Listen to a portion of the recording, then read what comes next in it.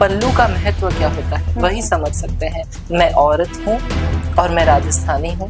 Sunny Leone कौन नहीं जानते सब। लेकिन सनी लियोनी ने पास्ट में अपने क्या किया है सिर्फ इसी वजह से जानते हैं लोग। मैं सीरियसली बताऊं तो लोगों के ड्रीम होते हैं एक्टर बनना, मॉडल बनना, डॉक्टर बनना, पुलिस में जाना, साइंटिस्ट बनना, ये वैसे से। मेरा ड्रीम है शादी करना, हाथों में मेहंदी लगाना, कोई तो हो जो मेरे लिए बारात लेकर आए, कोई तो हो जिसका मैं बेसब्री से इंतजार करूं, कोई तो हो जिसके लिए मैं करवा चौथ का व्रत करूं। मेरा बेटा गांड मरवाता है, मेरे पापा एक्सपायर हो चुके हैं, फाइनली मर गया। हेलो गाइस, स्वागत है आपका शाइना खत्री के यूट्यूब चैनल में और शो में जिसका नाम है गपशप विद शाइना। आज की हमारी स्पेशल गेस्ट आपके सामने है, जोरदार तालियों से स्वागत कर दीजिए हमारी शनाया सिंह राठौर जी का। धन्यवाद। तो शनाया जी, पहले तो आपका नाम जो है मुझसे मिलता जुलता है, तो मुझे कहीं ना कहीं ऐसा लग रहा है जैसे मैं खुद का इंटरव्यू कर रही हूँ, खुद का पॉडकास्ट कर रही हूँ। और आप पहली ऐसी आर्टिस्ट हैं जो हमारे शो में बिना मेकअप के बैठी हैं। खुद मैं भी मेकअप लगा के बैठी हूँ और ऐसा है कि किसी भी लड़की में इतना कॉन्फिडेंस नहीं है कि वो बिना मेकअप के, या मेल आर्टिस्ट भी जो हमारे हैं नहीं बैठते हैं बिना मेकअप के। आपके अंदर इतना कॉन्फिडेंस? हाँ, देखिए ऐसा नहीं है कि मैं मेकअप नहीं करती, बिल्कुल करती हूँ। बस ये है कि जितना हो सके अवॉइड करती हूँ। मुझे जो चाहिए था, जैसा चेहरा चाहिए था वैसा मुझे भगवान ने दे दिया। अब मैं मेकअप जहाँ पे मुझे ज़रूरत पड़ती है वहीं पर ही यूज़ करती हूँ। बाकी हाँ, इतना आत्मविश्वास है मुझ में। आई एम सो सॉरी आपको अगर गलत लगे तो, लेकिन मैं अपने आप को दुनिया की सबसे खूबसूरत औरत मानती हूँ। अरे वाह, बस बहुत अच्छी बात है ये तो। बाकी अभी जैसे आप ये पल्लू लेके बैठी हैं, क्या आपका मतलब खुद से मन है या फिर आप किसी और चीज से, मतलब आपका मन नहीं? हाँ, ये मेरा मन है, इसीलिए मतलब जैसे मुझे अच्छा लगता है। हाँ। और जैसे आप आगे पूछताछ करेंगी वैसे ही आपको पता चलेगा कि ये पल्लू मैंने क्यों लिया है। अच्छा। यही मेरा सपना था, यही मेरा ड्रीम था, सो आज पूरा हुआ। अच्छा, ये आपका ड्रीम है। कई हाँ। लड़कियां तो ऐसे इसको पल्लू लेने को बड़ी इस चीज में मानती हैं कि भाई पल्लू लेना पुराने रिवाजों से जुड़ा हुआ है, या बहुत ही गंवार टाइप की लड़कियां मानी जाती हैं जो पल्लू लेती हैं। सिर पे घूंघट लेना भी ये माना जाता है कि पुराने कल्चर से, रिचुअल्स पुराने थे वो इस सब का, या आप बोलती हैं कि ये इन सबसे डिफरेंट है? देखिए, थिंकिंग है, हर व्यक्ति की अलग अलग सोच होती है। हम सब सोच को एक साथ नहीं मैच कर सकते, इसलिए तो जिनको सोचना है वो सोचे, लेकिन जिनको पता है कि घूंघट का महत्व क्या होता है, पल्लू का महत्व क्या होता है, वही समझ सकते हैं। बाकी जो जिनको नहीं पता और जिनको नहीं समझना, उनको समझाना भी बेकार है। जैसे आजकल की लड़कियां दुपट्टा लेना तो सिर के ऊपर दूर की बात है। मैं भी अपनी भी बात कर रही हूँ। मैं जैसे कहीं पार्टीज वगैरह में जाती हूँ तो ऑफ कोर्स मेरा अच्छा खासा क्लीवेज शो हो रहा होता है, और कहीं ना कहीं लोगों ने ही इसको ही पसंद करना शुरू कर दिया है, तो इस वजह से मैं भी पहनती हूँ। और हाँ, जब मैं घर पे रहती हूँ तो ऑफ कोर्स मेरी नॉर्मल ड्रेसेस रहती हैं, या कहीं बाजार में जाऊँ तो नॉर्मल, लेकिन कहीं पार्टी वेयर, कहीं ऐसा बड़ा फंक्शन हो तो मैं क्लीवेज वाला ही पहनती हूँ। क्या आपको क्या लगता है कि वो ही हमारी मेंटालिटी होनी चाहिए कि उसी तरह के लोगों को पसंद करते हैं लोग? मैं आपको एक क्वेश्चन करूं, आप जो भी कपड़े पहनते हो लोगों के लिए पहनते हो या खुद के लिए पहनते हो? कभी कभी खुद के लिए पहनती हूँ, कभी कभी लोगों के लिए। बहुत अच्छा जवाब। कॉन्फिडेंस फील कराते हैं मुझे। हाँ। लेकिन मेरा मानना ये है और मेरी सोच भी यही है, मैं सिर्फ और सिर्फ खुद के लिए तैयार होती हूँ। अच्छा, बस। अब आपको सीरियसली मैं बताऊं कि मैं बहुत बड़े बड़े शोज में, बहुत बड़ी बड़ी पार्टीज में मैं गई हूँ, वहां पे भी मैंने यही पहना है। अच्छा। हाँ, और या फिर साड़ी पहनी है, पूरा का पूरा उसमें मेरा पूरा बदन ढका हुआ है। तो आपका मतलब ये आपने रेखा की तरह लुक बनाया। जो हमारी रेखा जी हैं वो भी हमेशा एक साड़ी ही वेयर करती हैं, हमेशा ढकी रहती हैं, और उनके शुरू से लेकर आज तक साड़ी में ही हर इवेंट उन्होंने अटेंड किया है, या कभी कुछ पहना भी है साड़ी से डिफरेंट तो उन्होंने वन पीसेस पहने हैं जो ढके हुए होते हैं, वो कुछ साड़ी वाली ही लुक देते हैं वो पीसेस भी। और सीरियसली मैं आपको एक बात बताऊं, सनी लियोनी कौन नहीं जानते सभी, लेकिन सनी लियोनी ने पास्ट में अपने क्या किया है सिर्फ इसी वजह से जानते हैं लोग को। ठीक है, लेकिन सनी लियोनी ने अब क्या क्या किया है वो किसी को नहीं दिखेगा। सनी लियोनी को आप कोई भी शो में, कोई भी इवेंट में देख लो आप, ठीक है, वो कहीं पे भी जाएगी ना, उसका बदन एड़ी से लेके चोटी तक पूरा का पूरा ढका हुआ रहेगा और वो साड़ी ही वेयर करती है और जितना हो सके वो बदन ढक के ही जाती है। उसने अपने पास्ट में जो भी किया वो मैटर नहीं करता, वो प्रेजेंट में क्या है वो मैटर करता है। जैसे आपने अभी बोला कि आप जब मुझसे क्वेश्चन करेंगी तब आपको पता चलेगा कि मेरा पहनावा ऐसा क्यों है, इसके पीछे की क्या कहानी है? इसके पीछे की ये कहानी है कि मैं औरत हूँ और मैं राजस्थानी हूँ, ठीक है, तो राजस्थानी औरतें जैसे रहती है वही पहनावा मुझे पसंद है और वैसे ही रहना मैं पसंद करती हूँ। ओके। यही मेरा ड्रीम था जो पूरा हो चुका है। अच्छा, आप इसको ड्रीम क्यों कह रही हैं? क्या क्या वजह है इसके पीछे? मैं सीरियसली बताऊं तो लोगों के ड्रीम होते हैं एक्टर बनना, मॉडल बनना, डॉक्टर बनना, पुलिस में जाना, साइंटिस्ट बनना, ये वैसे से। मेरा ड्रीम है शादी करना, आपके हाथों में मेहंदी लगाना कि कोई तो हो जो मेरे लिए बारात लेकर आए, कोई तो हो जिसका मैं बेसब्री से इंतजार करूं, कोई तो हो जिसके लिए मैं करवा चौथ का व्रत करूं, कोई तो हो जिसका मैं इंतजार करूं। अरे खाना बना के रखती हूँ, आज क्या खाना बनाऊंगी, वो आने वाले हैं, चाय बनाते होंगे, मतलब अपना पूरा जीवन उसको दे दूं। ओके। लेकिन उसको भी मुझे अपना पूरा जीवन देना पड़ेगा। वो तो है। आपको लगता है कि 20s की जनरेशन चल रही है, इसमें पॉसिबल है? शायना, आप बहुत ही अमेजिंग हो सीरियसली, और मैंने आपको पर्दे से ज़्यादा मैंने आपको रियल में पसंद किया है क्योंकि आप रियल में बहुत ज़्यादा खूबसूरत और खूबसूरत इंसान। ये सबसे बड़ी गलतफहमी होती है लोगों की कि खूबसूरत इंसान शकल नहीं, खूबसूरती दिल से, व्यवहार से झलकती है। ये मैं कई लोगों को बहुत समझाती हूँ, सीरियसली, पर लोग नहीं समझते हैं। लोगों को लगता है शक्ल सुंदर रखना ही खूबसूरती है। नहीं, आप माशाल्लाह मतलब बहुत भगवान की कृपा से बहुत खूबसूरत हो वैसे तो, लेकिन आपका जो व्यवहार है, बर्ताव है, बहुत ही प्यारा है, बहुत ही थैंक यू सो खूबसूरत है। मच। नेचर वाइज आप इतनी तारीफ मत करो, मैं रोने लगूंगी। हाँ सीरियसली। तो देखिए ना, सबका माइंडसेट है, सबके विचार अलग अलग है और आज की जनरेशन, आज के दौर में तो लोग मेट्रो ट्रेन से भी ज्यादा फास्ट भागते हैं। राइट। ठीक है, कीचड़ में कमल खिलता है, कितनी खुशबू खूबसूरत रहता है, खुशबू भी रहती है उसमें, ठीक है, तो मैटर नहीं करता आपके पास में कितनी गंदगी है, ठीक है, आप अपने आप को साफ साफ रखो बस। ये भी लोग कहते हैं कि गंदगी के छींटे अक्सर हमें भी गंदा कर देते हैं। यस, करते हैं बिल्कुल, लेकिन आप अपने ऊपर ध्यान दो, दुनिया को अपना करने दो, बाहर में जाए।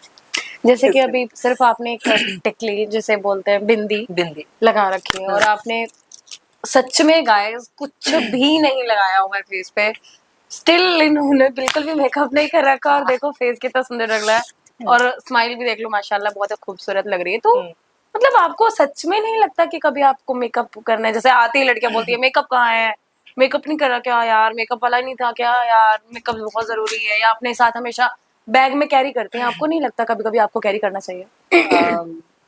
मैं सीरियसली बताऊं तो मुझे मेकअप का बहुत शौक था और है, ठीक है, लेकिन जब मैं मेकअप करती भी हूँ, जब मैं शोज पे करती हूँ तो परफेक्ट मेकअप करूंगी, आईलैशेस अप्लाई करूंगी, आईलाइनर, लिपस्टिक, आई शेडो, पूरा प्रॉपरली एक एक चीज, ठीक है, लेकिन वो जस्ट जरूरत पड़ने पर कि हाँ भी शो है, ऑडियंस होगी बहुत सारे, तो बेसिक लुक में अगर जाऊंगी तो थोड़ा ठीक नहीं लगेगा, लेकिन अगर मेकअप के साथ में जाऊंगी तो थोड़ा ग्लैमर आएगा, चलो ठीक है।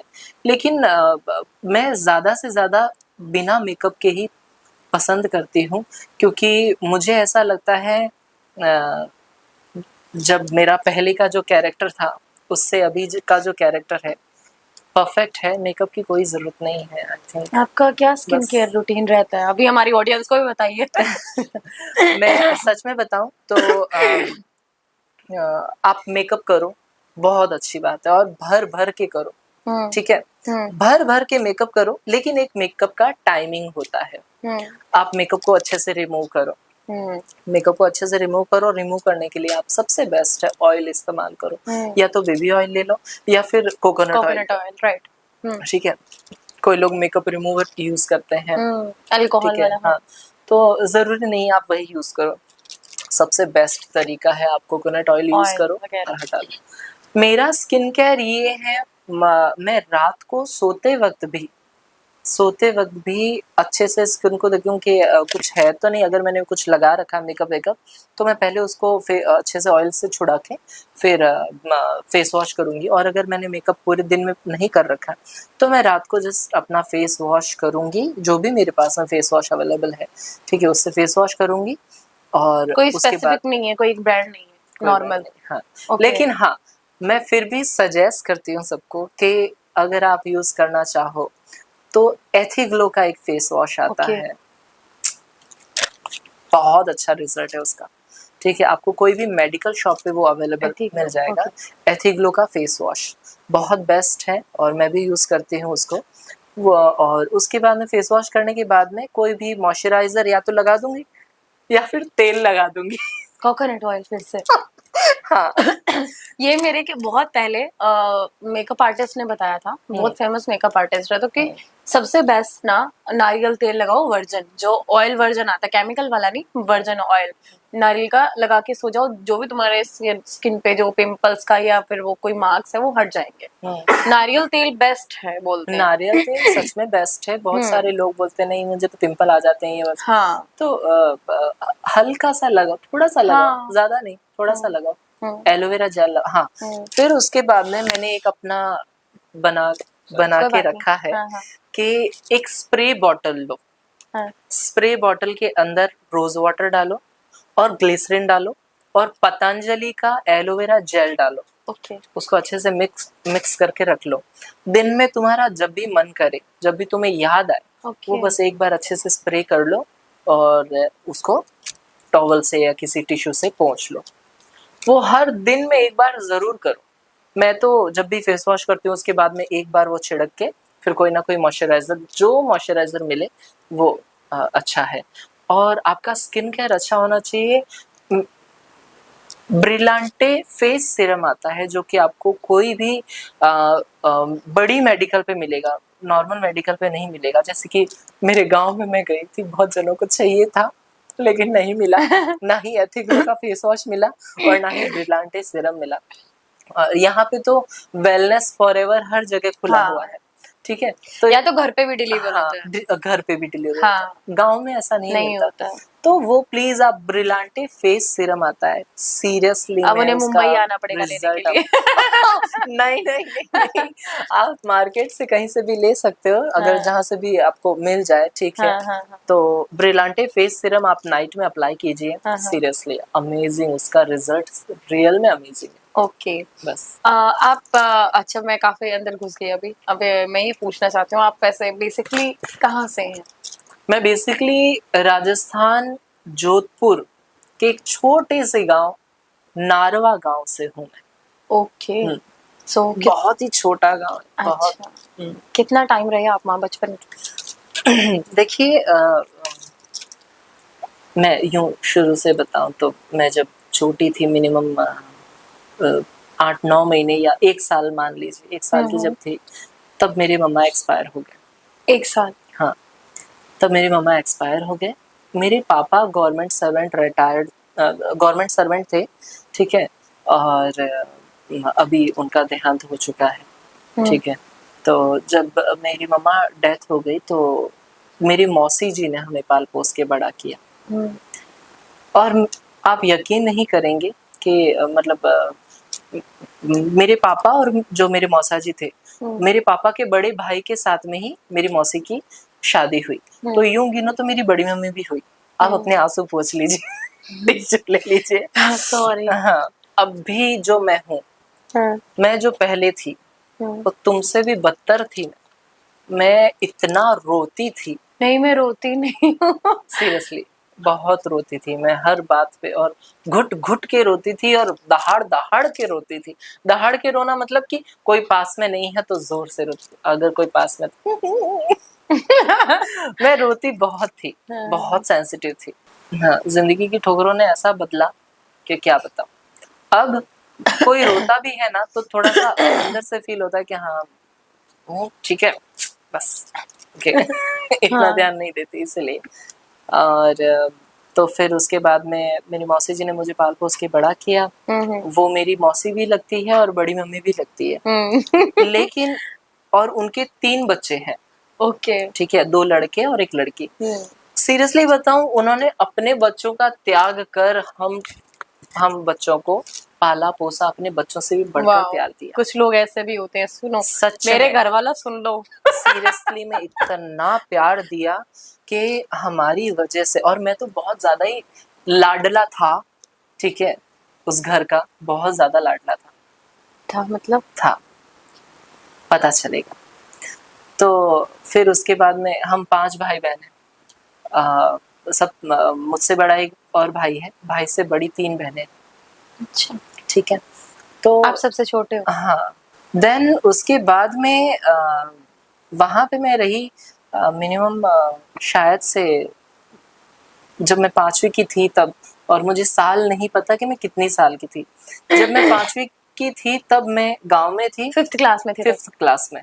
फिर उसके बाद में जब मैं 6th में आई तो फिर मेरे पापा ने हमें बाहर शहर में ले गए और शहर में पढ़ाना शुरू किया। मैं 9th तक पढ़ी।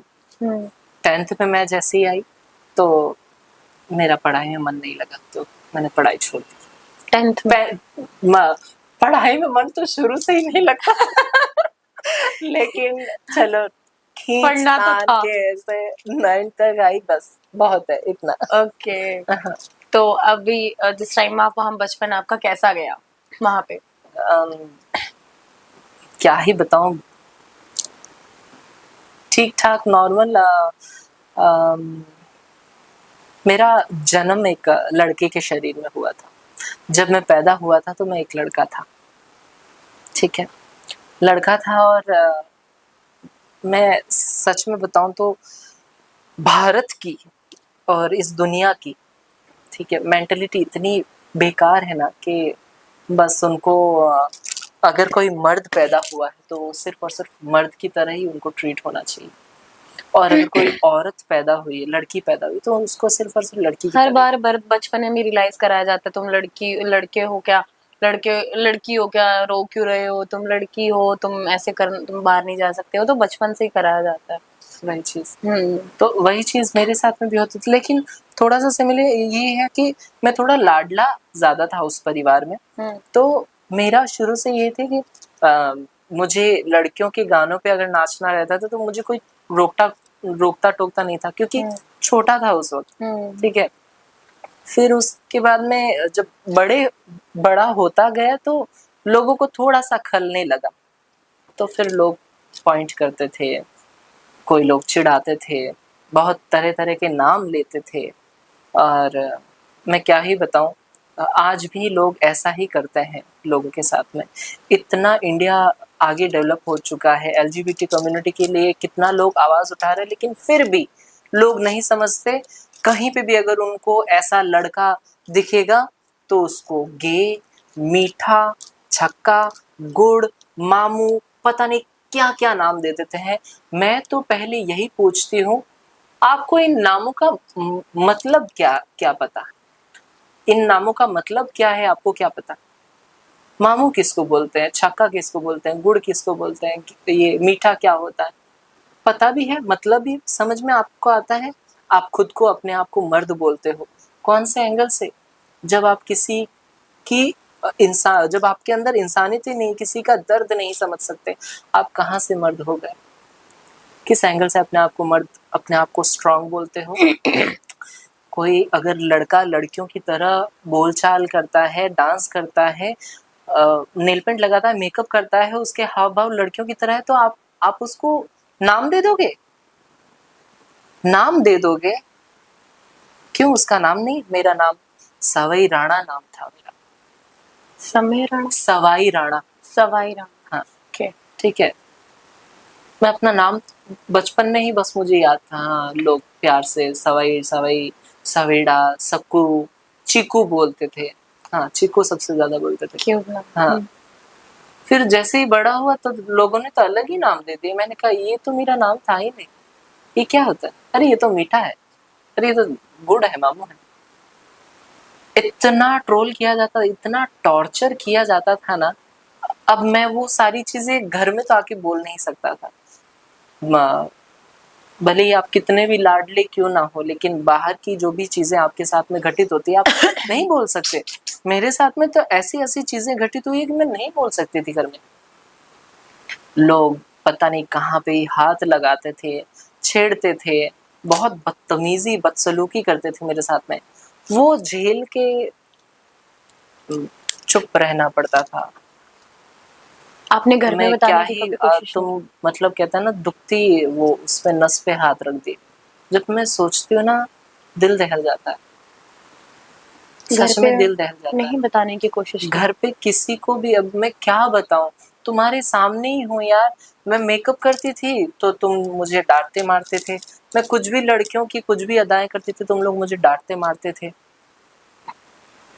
मतलब मार, मतलब तुम मार का अर्थ तो तुम तब जानती, अगर मैं तुम्हें एक्सप्लेन करूँ सही से तो। पट्टे पट्टे से स्कूल का, तुम्हें पता है जो स्कूल का सख्ती। शूज होता है ना, अच्छा, शूज। स्कूल का शूज होता है ना, उसका जो तलवा होता है, सोल बहुत स्ट्रॉन्ग। हार्ड होता है। उसकी एक पड़ जाए ना, इंसान सच में मर फूल जाएगा। जाता है जहाँ पे पड़ जाए वहां पे। उस उससे तो मैंने अपने सर पे मार खाई। सिर्फ इस बाप चीज पे, धोता था भयंकर वाला, सिर्फ इस बहुत चीज ज्यादा। के लिए कि भाई तुम कि मेरे मेकअप अंदर कर रहे लड़कियों वाली चीज है, कि मैं लड़की बन के नाचता हूँ। किसी ने नहीं समझा, जबकि मुझे जरूरत उन्हीं लोगों की थी। किसी ने भी नहीं हो। समझा। बाहर भी कोई समझ नहीं रहा, घर में भी कोई किसको समझ। समझाऊं? तुम ही को ही जानता हूँ मैं तो, तुम्हारे ही घर का खाता हूँ, तुमको ही प्यार करता हूँ, तुम्हारे साथ ही सोता हूँ, तुम्हारे साथ ही उठता बैठता हूँ। मैं बाहर किसको जाके बोलूं? बस फायदा बहुत सारे लोगों ने उठा लिया।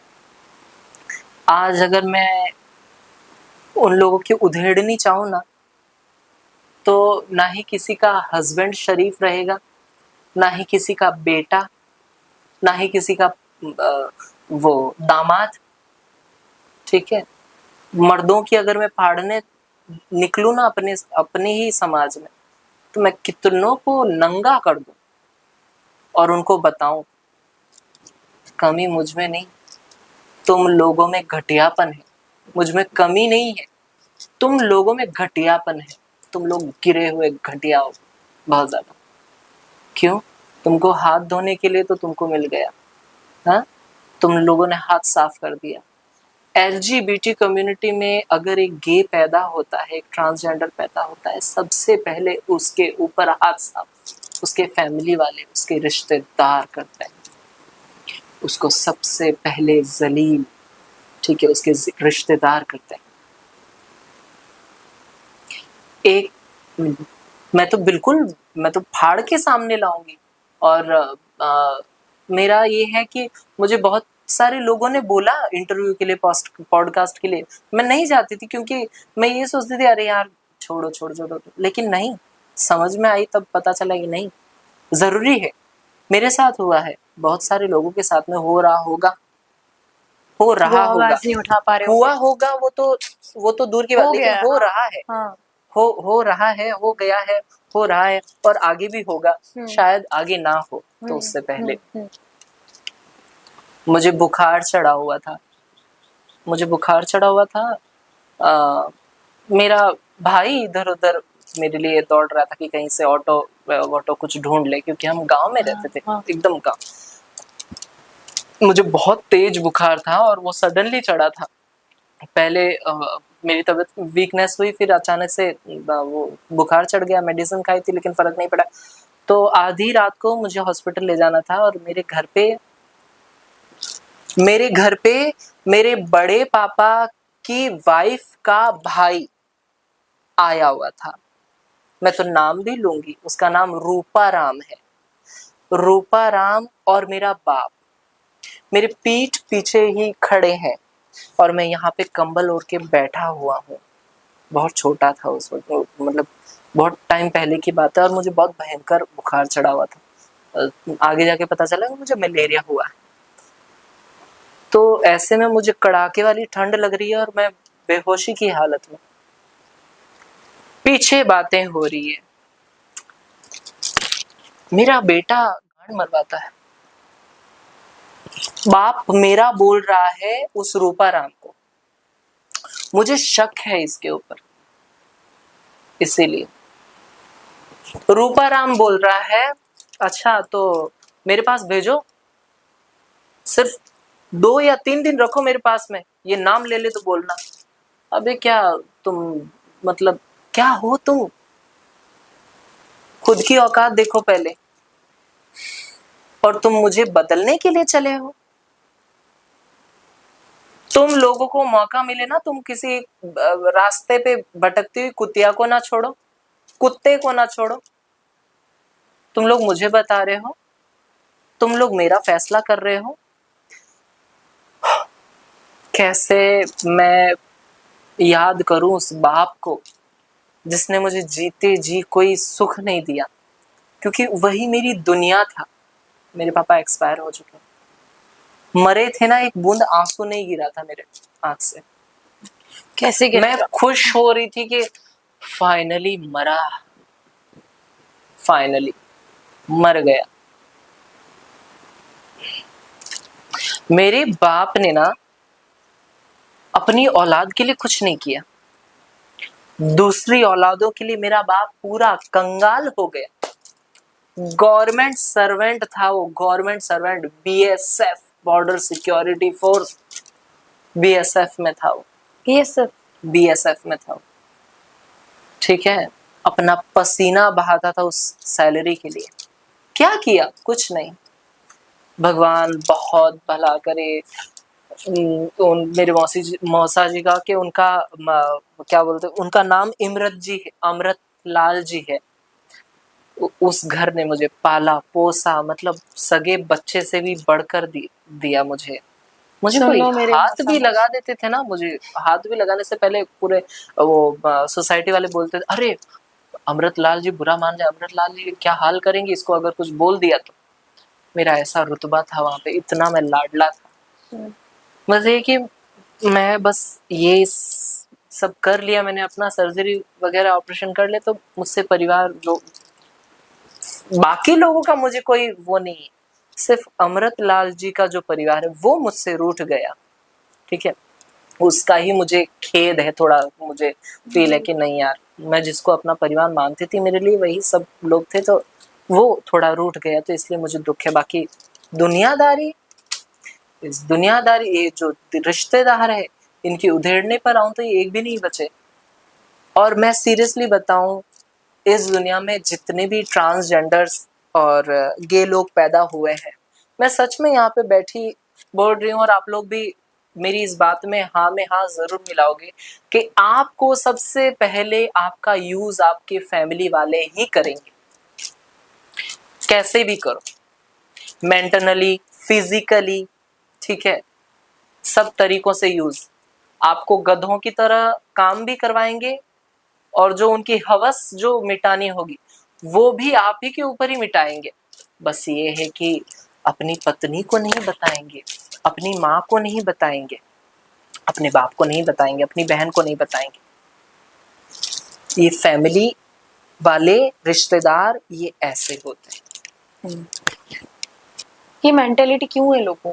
क्या उन्हें हम में अपने बच्चे, खुद के बच्चे नहीं दिखाई देते? क्या वो खुद के बच्चों के साथ भी कर सकते हैं सब? आपके साथ ऐसा इंसिडेंट हुआ है कोई?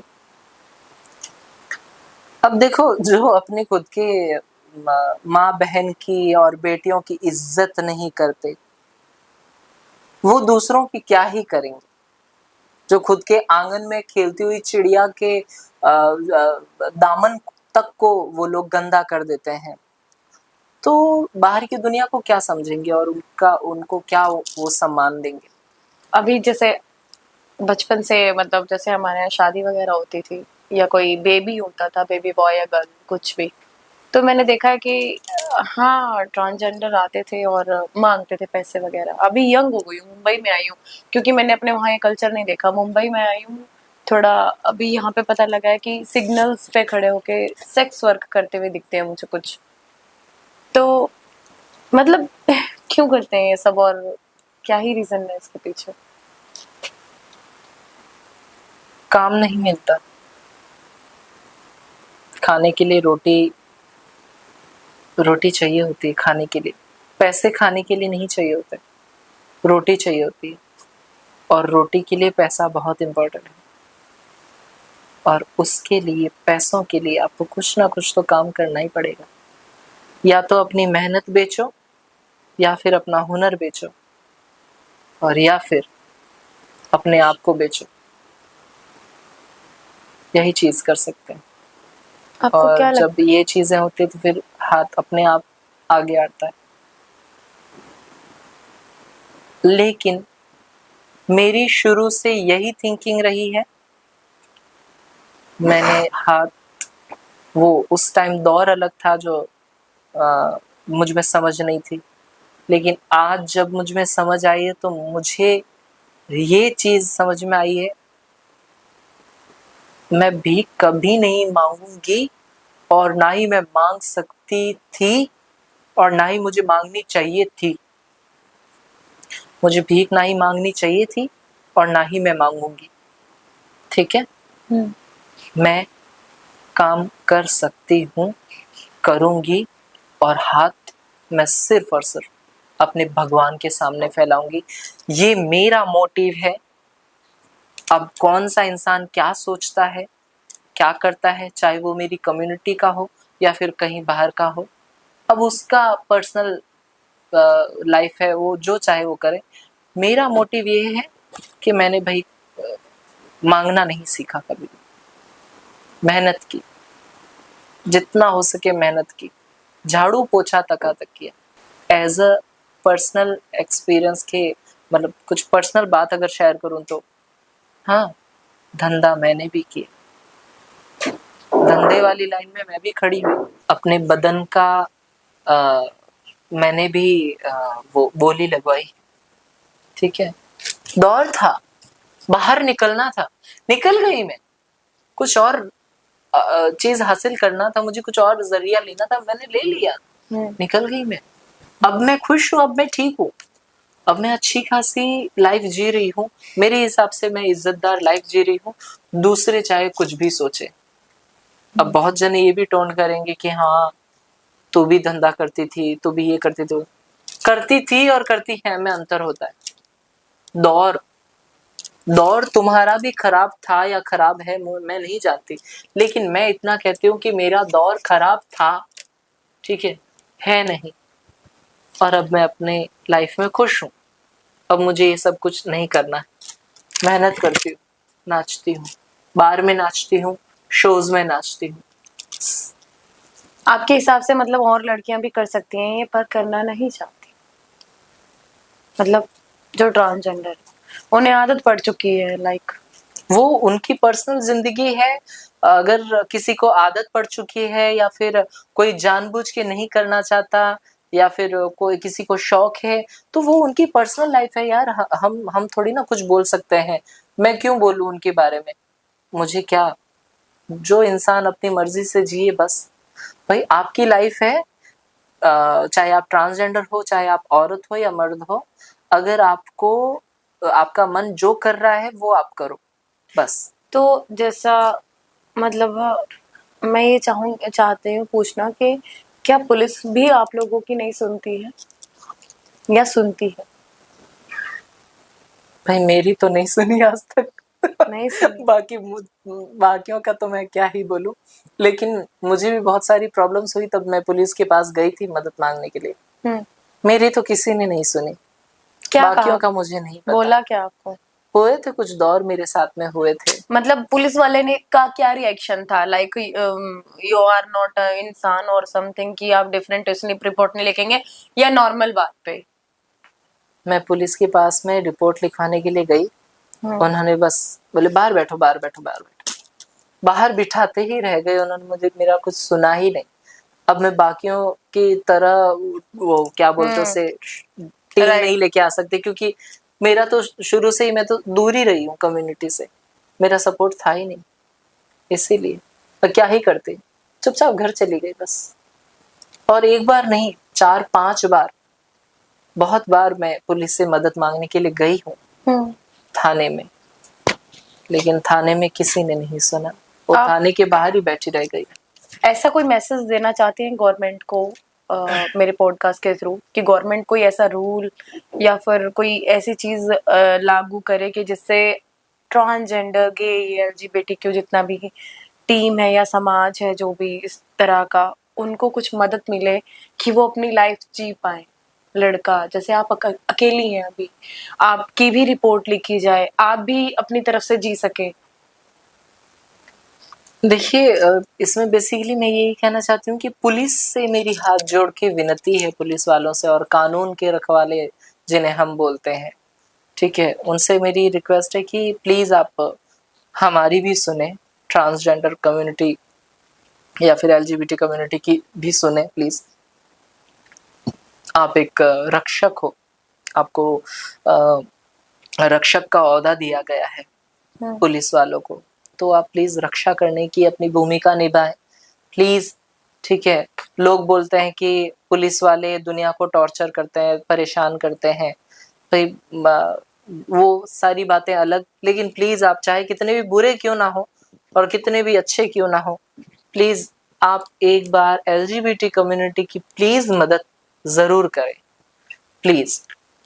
गवर्नमेंट के को बोलना चाहते हो जैसे कि वहाँ की गवर्नमेंट की तरफ से भी कोई कानून बनना चाहिए ऐसा, क्योंकि गवर्नमेंट की तरफ से तो मैं यही बोलना चाहती हूँ कि प्लीज आप इक्वल, सबसे मेन चीज तो मैं ये बताऊं कि चाहे ये गवर्नमेंट कितना भी इक्वलिटी क्यों ना दे दे, ये दुनिया नहीं देगी, और हम गवर्नमेंट के अकॉर्डिंग नहीं चलते। लीगल तो ये भी हो गया है कि सेम सेक्स मैरिज लीगल हो चुका है, इंडिया में लीगल हो चुका है, ठीक है, मंजूरी कोर्ट ने तो मंजूरी दे दी है, दुनिया ने दी है क्या? लेकिन हम कोर्ट के तरीके से चलते हैं क्या? नहीं, हमें भी दुनिया के तरीके से ही चलना पड़ता है, हमें भी दुनिया के साथ तो हो रही है। हाँ अब तो हो रही है, अब तो कर रहे हैं शादी, करने वाले कर लेते हैं, और खुश भी रह रहे हैं बहुत सारे, हाँ बहुत सारे लोग नहीं रह पाते, नहीं कर पाते।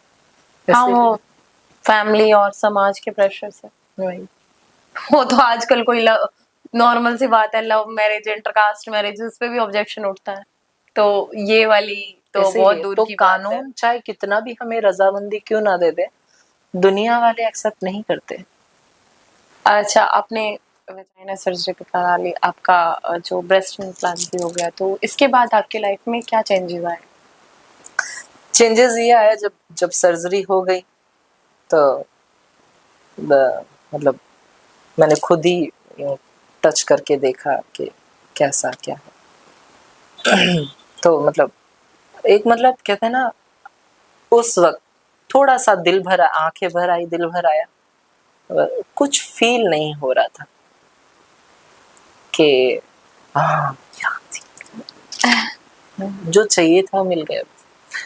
ये एक बस उस वक्त ये मोमेंट था, सच में मैंने नोटिस भी किया था,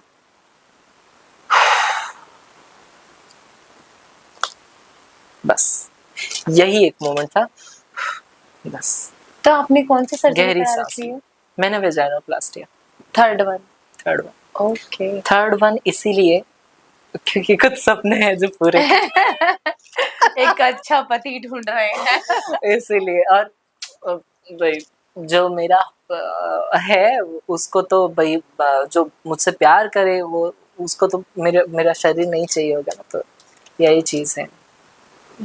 तो शुक्र है मैं लड़का नहीं, मुझे हो गया अभी जैसे आप ढूंढ रही हैं कोई लड़का, जैसे और लड़कियों की डिमांड रहती है हमें अमीर चाहिए, ये चाहिए, वो चाहिए, आपको कैसा चाहिए? मुझे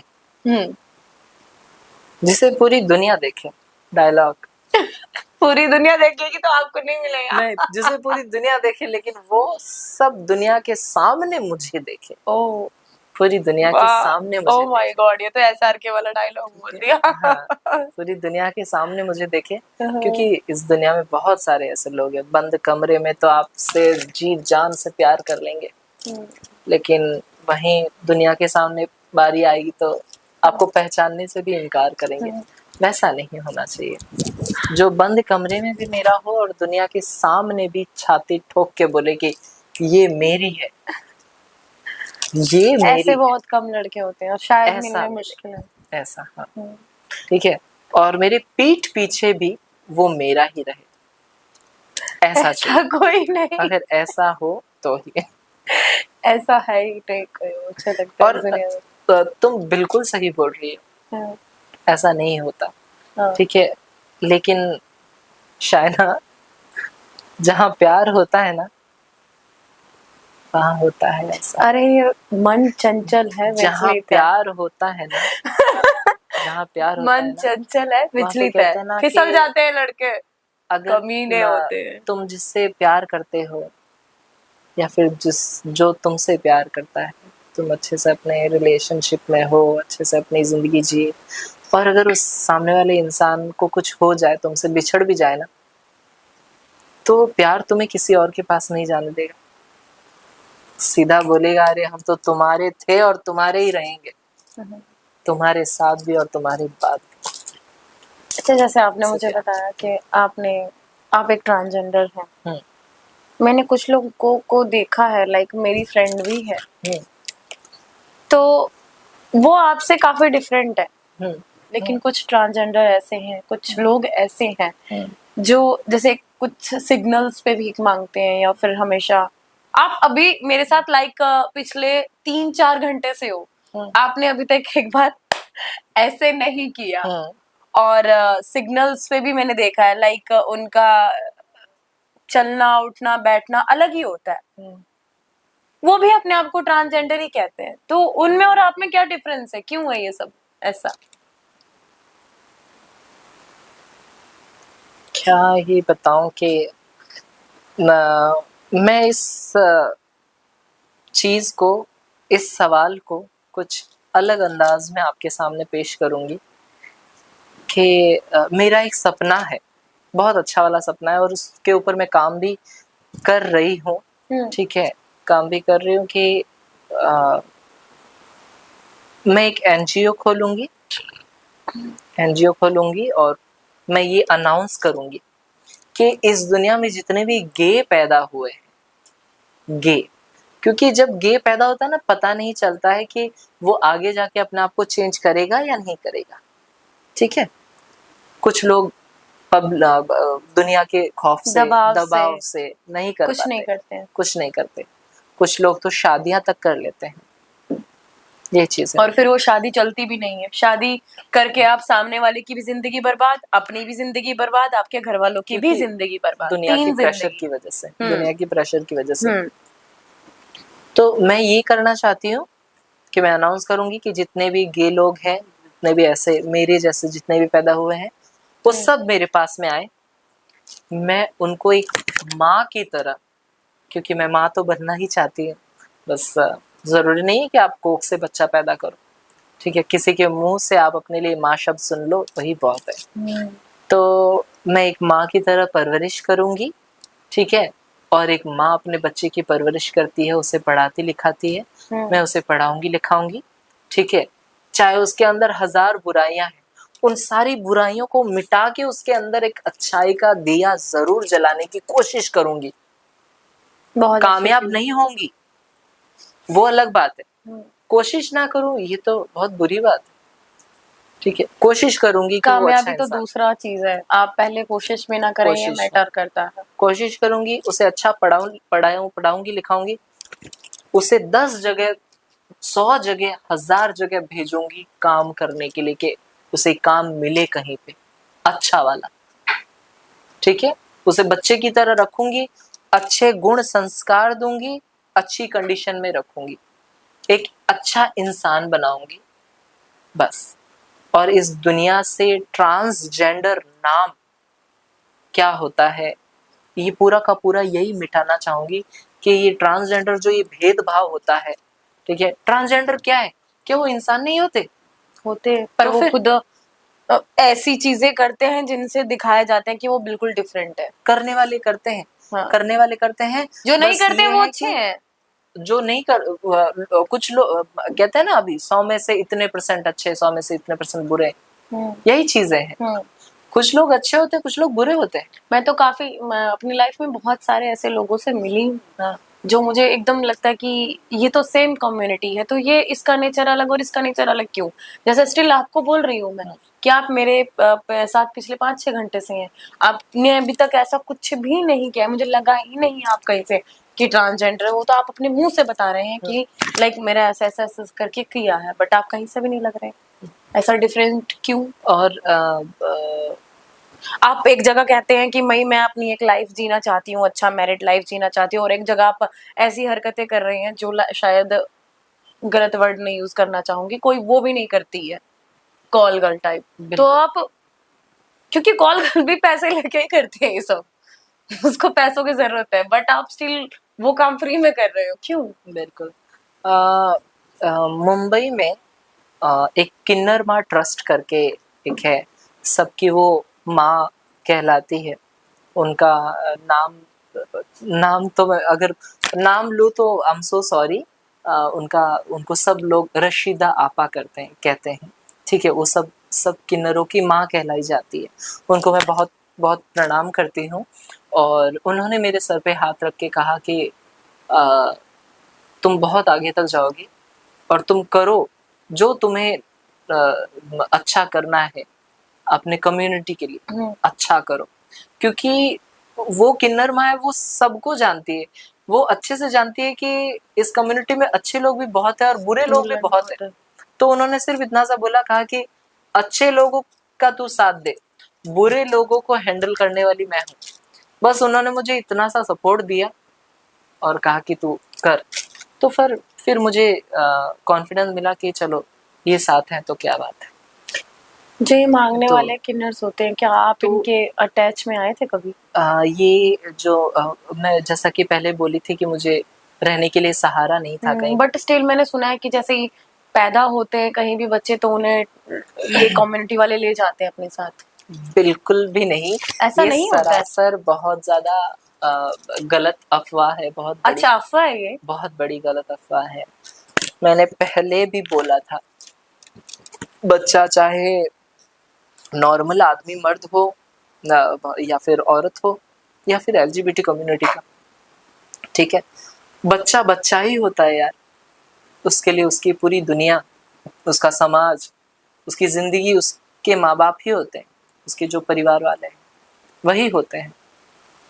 तो जब वो लोग उसको सपोर्ट नहीं करते तो फिर वो घुटने लगता है। कुछ लोग आत्महत्या कर लेते हैं, ठीक है, घुट के। कुछ लोग चौखट पार कर लेते हैं, लेकिन जब वो चौखट पार करे तो जाए कहाँ, ये सबसे बड़ा सवाल रहता है। अरे माँ बापों, अपने बच्चों को थोड़ा संभालो यार। मैं तुम्हें पहले भी बोली कि अपने बच्चों को संभालो। मैं तुम्हें पहले भी कहा कि आपका बच्चा चाहे ट्रांसजेंडर हो या गे हो, लेस्बियन हो या नॉर्मल इंसान हो, वो तब भी आपके लिए वैसा ही रहेगा और उसके बाद में भी वैसा ही रहेगा। ठीक है, प्लीज अपना प्यार, अपने प्यार में बदलाव मत करो, अपने परवरिश में बदलाव मत करो। वो बड़ा होगा, कमाएगा, आपका नाम रोशन करेगा उसी तरीके से जैसे सब लोग करते हैं। ठीक है, आप उसे मत निकालो। जब आप लोग निकाल देते हो तो कोई और छत नहीं मिलती। जो ये ट्रांसजेंडर्स होते हैं वो लोग उन्हें रहने के लिए पनाह देते हैं, उनको छत देते हैं, उनको जिंदगी देते हैं। नहीं, फिर वो लोग कहाँ जाएंगे?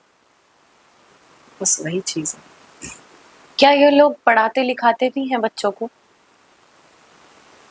या ये शुरू से ही बच्चों की मर्जी। बच्चे पढ़ेंगे लिखेंगे तो ये पढ़ाएंगे। अच्छा? बच्चों को अगर पढ़ने लिखने का ही नहीं मन है तो ये नहीं पढ़ाएंगे। क्यों पढ़ाएंगे? इनकी अपनी मर्जी होती है। वो बस अपने घर में पनाह देते हैं, ठीक है, टाइम पे खाना देते हैं, प्यार देते हैं बहुत सारा, बस। और बाकी खुला पंछी छोड़ देते हैं, तुझे जो करना है कर। अच्छा, बस तुझे जब लगे कि छत कहाँ है तो छत ये है, ऐसा है। मतलब इस चीज को, मतलब आप चाहें कि फ्यूचर में और ना बढ़े, क्योंकि कहीं ना कहीं मैंने देखा है ट्रांसजेंडर जो है, अगर ये अपने पास रखते हैं तो यही सुनने को मिला है कि ये लोग जबरदस्ती मंगवाने ले जाते हैं। क्या ये सच है? मैं इस टॉपिक पे बात नहीं करना चाहती। ओके, ठीक है, बिल्कुल भी नहीं। ठीक है। अभी आपका लाइक ड्रीम और फोकस किस चीज पे, आपका गोल क्या, क्या करना है अभी लाइफ में इन फ्यूचर? लाइफ में ये करना है कि मैंने एक फॉर्म अपना बनवाया है, उसमें मैंने ये लिखा है कि जब मैं मरूं तो मेरी जितना भी मेरी संपत्ति है, पैसे वैसे जो भी, मतलब कि मेरा 1 रुपया भी है ना, तो वो जानवरों के खाने के लिए, मतलब कि मैं एनजीओ में भी नहीं देना चाहती। एनजीओ जो खोलते हैं ना जानवरों के लिए, ये वो सब, एनजीओ में भी नहीं। बस कोई मेरा अपना जो भी होगा मैं उसको बुला के जाऊंगी कि भाई उसको, अगर मेरा सडनली एक्सीडेंटली अगर मेरी मौत भी हो जाए तो मेरी जितनी भी संपत्ति है वो कबूतरों को दाना खिला देना, कुत्तों को रोटी खिला देना, 1-1 रुपए की, चाहे वो मेरे पास में रुपए करोड़ हो, लाख हो या 10 रुपए हो, वो सारे पैसों की हाथों हाथ खुद खड़े रहकर उन पैसों का जानवरों में खाना खिला देना। इंसान के हाथ में एक भी पैसा मत देना। दूसरा ये चीज कि मुझे सिर्फ और सिर्फ जानवरों के लिए जो कुछ भी मुझे करना है वो मैं जानवरों के लिए ही करूंगी। ठीक है, क्योंकि वो किसी में भेदभाव नहीं करते। बस इस दुनिया में सबसे ज्यादा खराब चीज है तो इंसान। कहते हैं सबसे खूबसूरत चीज इंसान, नहीं, सबसे बेकार चीज है इंसान। क्योंकि जानवर नहीं भेदभाव करते, चाहे तुम बुरे हो, कातिल हो, चोर हो, चाहे तुम किसी का कुछ भी करके आए हो, लेकिन उसके लिए तुम अच्छे हो तो अच्छे। बिल्कुल, प्यार करो यार, जितना हो सके दुनिया में आए हो प्यार करो, जितना हो सके प्यार करो, स्नेह से रहो, अच्छे से समानता रखो एक दूसरे में। जैसे तुमको कांटा चुभता है तो तुम भी उई माई करते हो, मेरे भी दिल से माँ ही निकलता है, मेरे भी बदन से खून ही निकलेगा, तुम्हारे भी खून ही निकलेगा, तो सेम है। भेदभाव किस चीज का? लोग धर्म, जाति, जेंडर, हर चीज में भेदभाव होता है। अब तो लैंग्वेजेस में भी होने लगा है। अब तो लैंग्वेजेस में भी हो रहा है और इनको कुछ नहीं मिलेगा। ठीक है, इनकी कब्र मिट्टी में ही खुदेगी, लकड़ियों पे ही इनको जलाया जाएगा, बस और कुछ नहीं, इनके पास में कुछ भी नहीं रहेगा। लोग बस थोड़े दिन याद करेंगे और बस तुम्हारी उसी तस्वीर के ऊपर कोई लोग खड़े खड़े पेशाब करेंगे, कोई लोग तुम्हारी उसी तस्वीर को फाड़ के वो चूल्हा जलाएंगे, बस वही चीज है और कुछ नहीं मिलेगा, कुछ भी नहीं मिलेगा। मैं मानती हूँ कि भगवान ये नहीं देखता कि आप कहाँ कैसे क्यों कर रहे हो, भगवान ये देखता है कि आप क्या कर रहे हो, आप कर क्या रहे हो, ये भगवान देखता है। ठीक है, आपने भगवान की पूजा की, कब की, क्यों की, कैसे की, ये नहीं, तुम पूजा में क्या कर क्या रहे हो, क्या कर रहे हो, बस ये पूजा नहीं होती, ये पूजा नहीं होती, यही मुझे सिखाना है अपने वालों को भी। हिंदू हो चाहे मुस्लिम, नहीं घर होती से बाहर पूजा। भी कदम रखो तो बस पहले यहाँ पे भगवान है। को, हाँ भगवान को याद करो, इनफ है। और इतना बोलो कि भगवान मेरे साथ कभी कुछ गलत ना हो और मेरे हाथों से कभी किसी के साथ गलत ना हो, या मैं किसी का बस बुरा करने से बच जाऊं, मुझे खींच लेना अगर हो भी गया तो। ये पूजा है, यही कर्म है। मेरे घर, मैं भी अपने शिव जी को मानती, पर आप मेरे घर में देखना कि मेरे घर में एक तस्वीर नहीं है, क्योंकि मेरे यहाँ है या वहाँ है, मेरे को मंदिर में, मस्जिदों में या फिर कहीं ऐसी जगह फोटोज वगैरह में नहीं पूजना है, क्योंकि वो देखा है ना कि समुद्र के घाट के किनारे ऐसे पड़ी होती है नीचे पैरों में, बस वो अपमान पता है अपमान कितना सहा नहीं जाता, यही चीज है। अब ये हमारे लोगों को नहीं समझ में आती, बस पता नहीं। दुनियादारी के बारे में कुछ पूछना चाहोगे तो पूछ लो, सिद्धांत के पास में क्वेश्चंस है, पूछो भाई। ये जो टचिंग वाला जो है ना सिद्धांत, देख बाबू मैं खुद सोचती हूँ कि अरे भाई थोड़ा नॉर्मल बैठना यार, ये क्या ये कमल जैसी लग रही है, वो कमल जैसी लग रही है। ये क्या चीज है? तो thank you so much Shanaya Singh Rathore ji, मुझे आपका नाम बड़ा याद करना पड़ रहा है, मुझे बहुत अच्छा लगा आपसे बात करके, आप बहुत खूबसूरत हैं, आपने बहुत अच्छी अच्छी बातें की मुझे जो दिल से अच्छी लगी, हाँ हमारी ऑडियंस को भी पसंद आई होंगी। तो आपको कुछ हमारी ऑडियंस को बताना है तो आप इसके थ्रू बता सकते हैं लास्ट कुछ, और बाकी हम यहीं पे इजाजत लेते हैं आपसे। सब्सक्राइब कर दीजिएगा, आपको कुछ और पूछना हो इनसे हम अगली बार और दोबारा इन्हें बुलाएंगे और इनसे क्वेश्चंस करेंगे जो आप करेंगे क्वेश्चंस मुझसे। और हाँ, सब्सक्राइब करना मत भूलिएगा और शेयर कर दीजिएगा। बाकी बाय बाय।